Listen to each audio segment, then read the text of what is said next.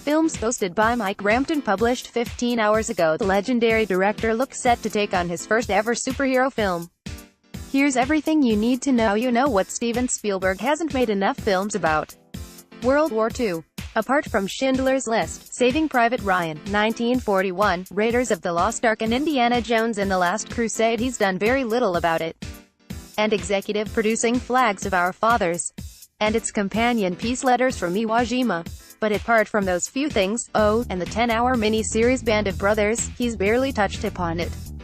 He should be putting that to rights with his newly announced project Blackhawk, based on a reasonably obscure DC comic. Blackhawk is the name both of an ace World War II pilot and his squadron, a multinational team of flyers based on a secret island, battling both Nazis and more mystical, unusual forces, including Killer Shark and King Condor, trademarks of the series, which began in 1941 while the war was actually on, included impossibly buxom Nazi femme fatales, implausible enemy vehicles shaped like giant versions of things like wheels, sharks, spikes and the squadron singing songs as they entered dogfights. It definitely feels like there's a film of the type that has rip-roaring adventure written on the poster to be made from it.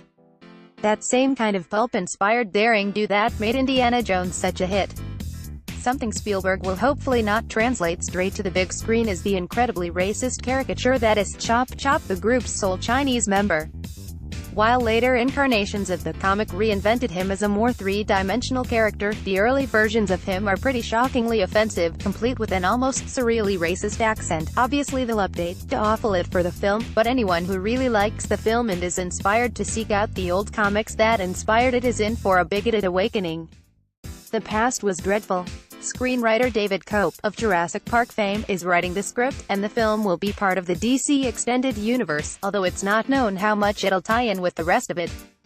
It might be to all intents and purposes standalone, or there might be a few Easter eggs that suggest one of the characters is Deadshot from Suicide Squad's granddad or something. Spielberg has a few projects on the go that he's working on.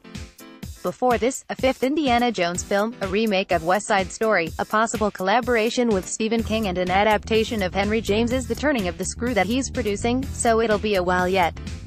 Mike Rampton will be a ghost one day. A really big one.